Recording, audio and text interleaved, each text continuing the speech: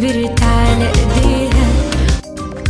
uchun restoranga borish shart ham restoran darajasida tayyorlash mumkin. Beşlik mazali, yengil taom hisoblanadi. Tayyorlaymiz. Kartoshka, go'sht, baton, piyoz kerak bo'ladi. Мясорубкаdan o'tkazib olamiz. Paprika, tuz, zira, bir dona tuxum, bir xil mazza qilib aralashtirib olamiz. Urib, pishirib olamiz. Qattiq holatiga keladi. Kartoshkani qaynatishga qo'yamiz. Idishga ozgina yog', grechkani qovuramiz. Tuz, suv solib pishirishga qo'yamiz. Makaronni suvga o'zini pishirib, bir bo'lak sariyog', bulyon bilan pishirib olamiz. Issiq yog'da kotletni orqa oldini qizartirib olamiz. Idishga 4 qoshiq yog', bir bo'lak sariyog', 1 qoshiqdan kamroq tomat, 3 qoshiq un, oz-ozdan suv solib, benchikda kamochkasini ketkazib olamiz. Kotletlarni tovaga terib, ozgina tomat, bulyon, suv bilan aralashtirib, kotletga solib, dimlab qo'yamiz. Mazali beshtekisimiz tayyor. A'zolaringiz uchun tayyorlang. Aniq yoqadi. Retseptlarni o'tkazib yubormaslik, sahifamga obuna bo'ling va kuzatishda davom eting.